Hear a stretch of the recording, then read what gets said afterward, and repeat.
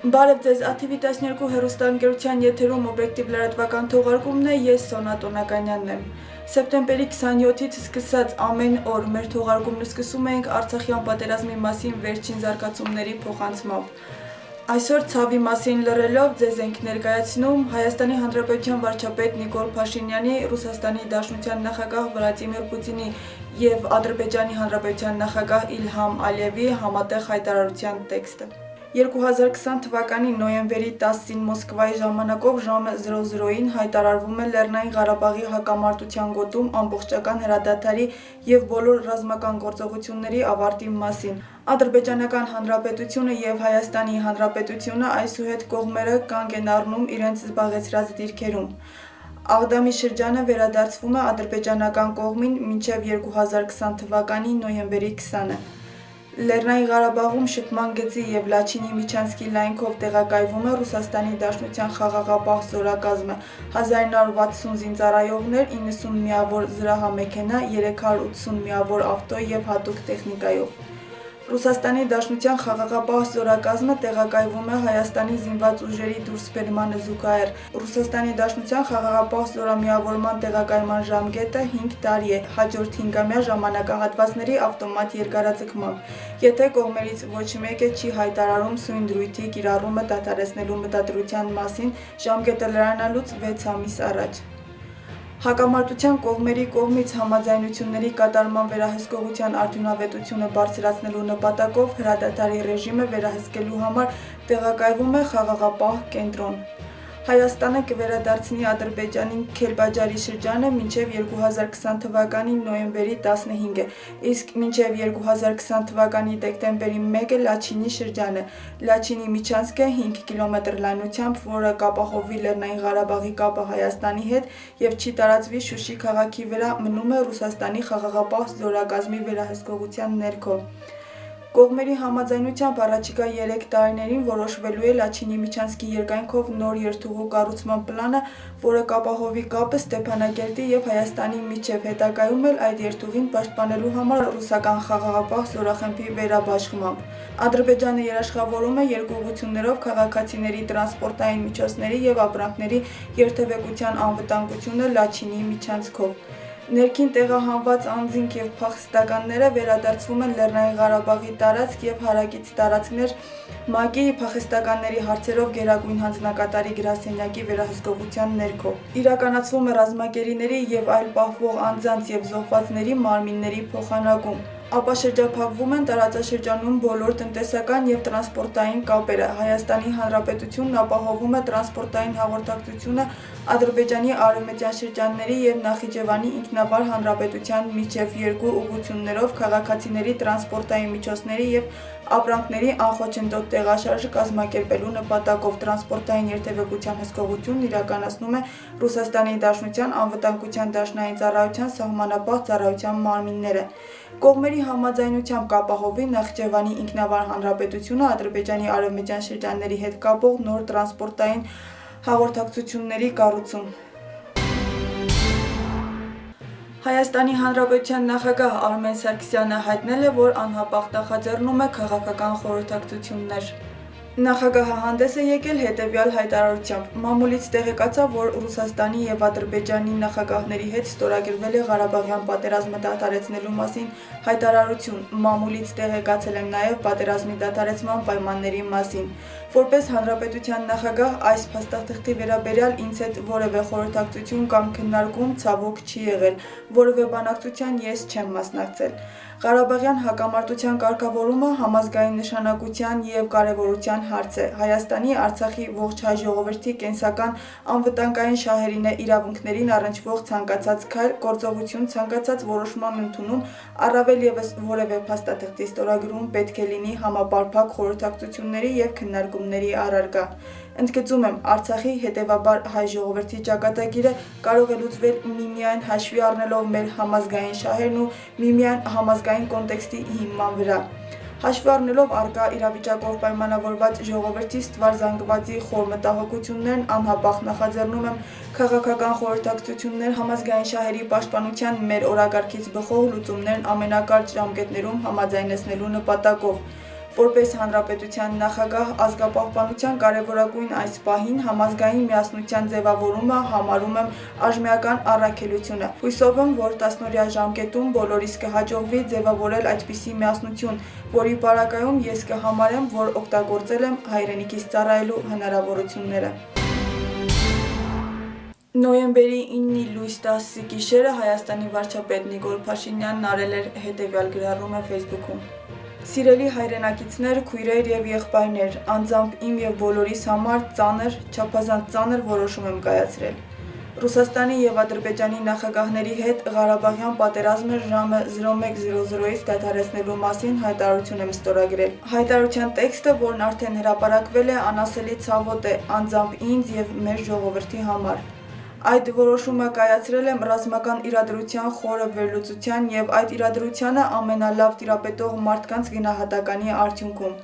Նաև հիմնվելով այն համոզմունքի վրա, որ ստեղծված իրավիճակում սա հնարավոր ամենալավ հանգուցալուծումն է։ Այս ամենի մասին առաջիկա օրերին հանդես կգամ մանրամասն ուղերձով։ Սա հաղթանակ չէ, բայց չկա պարտություն, քանի դեռ ինքդ քեզ պարտված չես ճանաչել։ Մենք մեզ երբեք պարտված չենք ճանաչի, եւ սա պետք է դառնա մեր ազգային համախմբման վերածննդի դարաշրջանի մեկնարկ։ Մենք պետք է վերլուծենք մեր անկախության տարիները, մեր ապագան պլանավորելու եւ անցյալի սխալները չկրկնելու համար։ Ծնկի եմ իջնում մեր բոլոր նահատակների առաջ, խոնարհվում եմ մեր բոլոր այն զինվորների, սպաների, գեներալների, կամավորների առաջ, ովքեր իրենց կյանքով են պաշտպանել ու պաշտպանում հայրենիքը։ Նրանք իրենց անզնուրացությամբ փրկել են Արցախահայությանը։ Մենք պայքարեցինք մինչև վերջ, մենք հաղթելու ենք։ Արցախը կանգուն է։ Կեցցե Հայաստանը, կեցցե Արցախը։ Ավելի ուշ վարչապետ Նիկոլ Փաշինյանը ներկայացրել է իր որոշման պատճառները, ներկայացնում ենք տեսաուղերձից որոշ հատվածներ։ Ըստ էության այն մարդիկ, ովքեր լավ կռվում են, դե մարդը մի օր, 2 օր, 3 օր, 10 օր ինչ որ մի պահի պետք է իրեն հանգստանալու հնարավորություն տալ, որպեսզի ինքը վերականգնվի, հանգստանա եւ նորից վերադառնա շարք։ Բայց քանի որ ահա մենք մոբ ռեսուրսի, կամավորների եւ դասալքության, մարտունակության անկման եւ դասալքության արդյունքում ունեցել ենք խնդիրներ, առաջնագծում եղել են մարդիկ, ովքեր մի ամիս շարունակ մնացել են եւ մի ամիս շարունակ նրանց փոխարինող, այդպես էլ հնարավոր չի եղել գտնել սեպտեմբերի 27-ին զինադադարի պայմանները շարունակում էին մնալ նույնը։ Այսինքն, եթե մենք զինադադար ենք խնդրում, զինադադարը կարող էր բավարարվել կամ ընդունվել միայն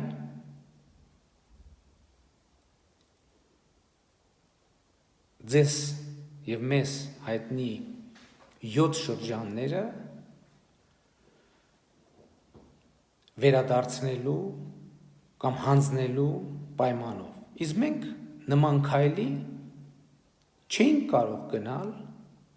որովհետև մենք հավատում էինք, որ Արցախի պաշտպանության բանակը, հայ ժողովուրդը, մենք բոլորս կկարողանանք այնպես անել, որ ոչ թե անհրաժեշտ լինի մենք շահագրգռված լինենք հրադադարի ռեժիմի մեջ, այլ մենք կարողանանք պարտադրել հրադադար։ Ինչը սակայն ցավոք սրտի տեղի չունեցավ, եւ պատերազմից առաջ էլ մենք փորձել ենք բանակցային այս տրամաբանությունը փոխել։ Մենք փորձել ենք չհանձնվել։ Մենք փորձել ենք ամեն ինչ անել, որպեսզի բանակցային այս տրամաբանությունը փոխվի եւ Լեռնային Ղարաբաղի ժողովրդի ինքնորոշման իրավունքը կամ կարգավիճակի ճշգրտումը առնվազն գա հասնի այն որոշակիությանը, որը ունի տարածքների հանձնման հարցը։ Եվ այս պայքարն է,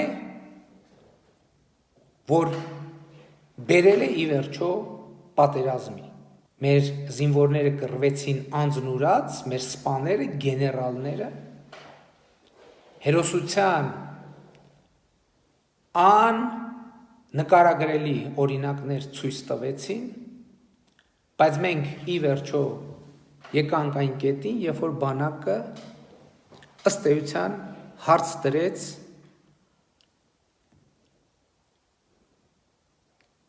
քաղաքական ղեկավարության առաջ, որ պետք է այս խնդիրը րոպե առաջ լուծել, եւ նաեւ Արցախի ղեկավարությունը այդ խնդիրը դրեց, արձանագրելով, որ հակառակ դեպքում հետևանքները կլինեն շատ ավելի ծանր։ Եվ այս տանջալի իրավիճակում է, որ կայացվել է այն որոշումը, որը կայացվել է։ Հայաստանի Հանրապետության վարչապետ Նիկոլ Փաշինյանը այսօր նաև խոսել է իր սխալի մասին։ Երբ է որ կայացվեց այսպիսի ցավոտ որոշում, երբ որ արդեն ակնհայտ էր, որ մենք պատերազմի ընթացքը բեկելու հնարավորություն չունենք։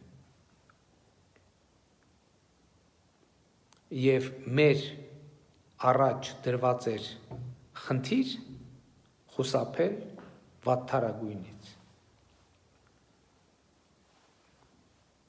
Ըստ էության, եթե մենք տեսնում ենք, թե ինչ վիճակում ենք այսօր,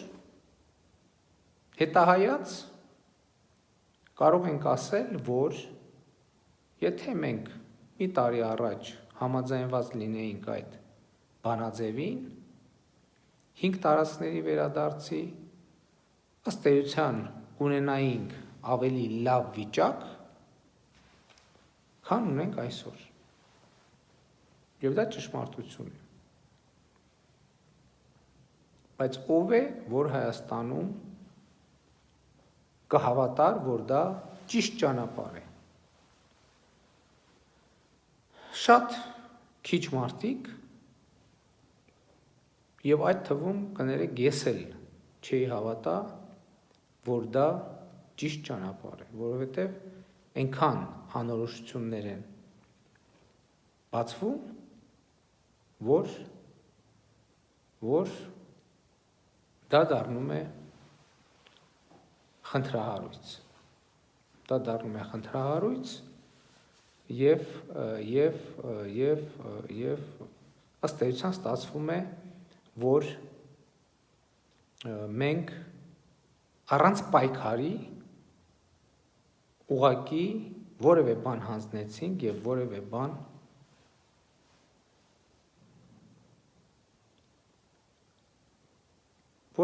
հանձնեցինք եւ չփորձեցինք հանուն դրա պայքարել։ Եվ ես ինչքան վերլուծում եմ, իմ սխալները տեսնում եմ ահա այս տիրույթում։ Կարելի է դա սխալ համարել։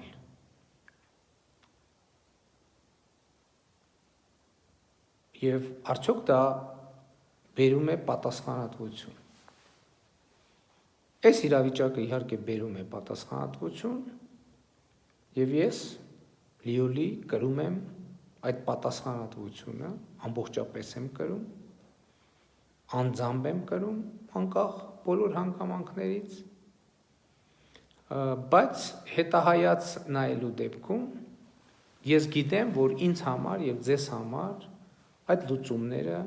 ուղղակի անհնար էին։ Ռուսական լրատվամիջոցները տարածել են տեսանյութ, թե ինչպես են ռուս խաղաղապահներն ուղևորվում դեպի Արցախ։ Ռուսաստանի, Ադրբեջանի, Հայաստանի նախագահների միջև կնքված պայմանագիրի համաձայն Արցախում տեղակայվելու է 2000 ռուս խաղաղապահ։ Հայաստանի վարչապետ Նիկոլ Փաշինյանը հայտարարել է, որ Ռուսաստանի եւ Ադրբեջանի նախագահների հետ ստորագրել է համաձայնագիր, որը նախատեսում է Լեռնային Ղարաբաղում ռազմական գործողությունների դադարեցում։ Հայաստանի վարչապետի հայտարարությանը հաջորդեց բողոքի ցույցը Երևանում հարյուրավոր մարդիկ հավաքվել են Երևանի Հանրապետության հրապարակում, ցուցարարների մի մասը ներխուժել է կառավարության տուն։ Նրանք բողոքում են վարչապետի կայացրած որոշման դեմ, հավաքվածները ժողովրդին կոչ են անում դուրս գալ փողոց։ Մենք չենք զիջելու հողերը վանկարկում են ցույցի մասնակիցները։ Կառավարության տան մոտում կենտրոնացված են իրավապահները եւ մինչ այս պահը շարունակվում է բողոքի ակցիան։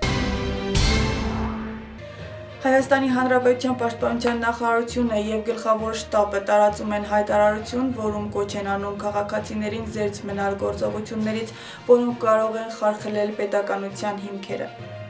Սեպտեմբերի 27-ին Արցախի դեմ սանձազերծված պատերազմ, որն աննախադեպ էր ներգրավված ուժերի միջոցների, սպառազինության քանակի ու տեսակի առումով, այն աննախադեպ էր նաև այն տեսանկյունից, որ մեր բանակը փաստացի կռվում էր ոչ միայն 10 միլիոնանոց Ադրբեջանի զինված ուժերի, այլև Թուրքիայի ռազմական անմիջական մասնակցության եւ լիարժեք ու անվերապահ քաղաքական, ռազմական ու դիվանագիտական աջակցության, ինչպես նաև մի քանի հազար վարձկան ահաբեկիչների դեմ։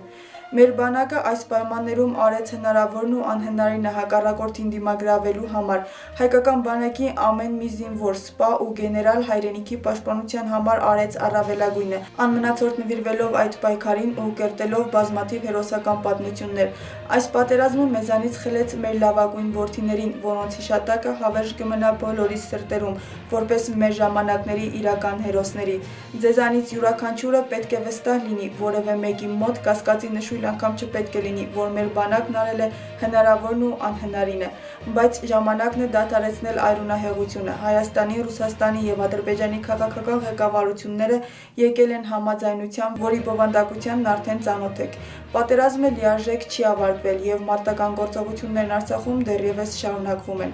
Այդուհանդերձ մենք պաշտպանում ենք, պարտավոր ենք կատարել մեր երկրի ռազմաքաղաքական ղեկավարության որոշումները, որոնք կայացվել են իրադրության բազմակողմանի վերլուծության եւ գնահատականի հիման վրա։ Մենք պարտավոր ենք կանգնեցնել այրունահեղությունը, մենք պարտավոր ենք գտնել մեր բոլոր հերոսների մարմիններն ու նրանց զինվորական պատվով հողին հանձնել։ Պատերազմն ավարտվում է, բանակն իր անելիքն արել է եւ շարունակելու է անել անմնացորդ։ Կոչ ենք անում զերծ մնալ գործողություններից, որոնք կարող են խարխլել պետականության հիմքերը, նշվում է հայտարարության մեջ։ Վրաստանում այսօր բացահայտվել է նոր կորոնավիրուսի 2970 դեպք։ Մինչ այսօր Վրաստանում ընդհանուր առմամբ հաստատվել է կորոնավիրուսի 63650 դեպք, ապաքինվածների թիվը կազմում է 47390 հոգի, մահացածների թիվը կազմում է 521 մարդ, կարանտինում է գտնվում 2765 քաղաքացի, տանը բուժում է ստանում 4709 հոգի, կոവിഡ് հյուրանոցներում բուժում է ստանում 3066 մարդ, բացի այդ արտերկրից բուժման նպատակով Վրաստան է տեղափոխվել 41 քաղաքացի։ Այսքանն էր այսօրվա լրատվությունը, ցտեսություն։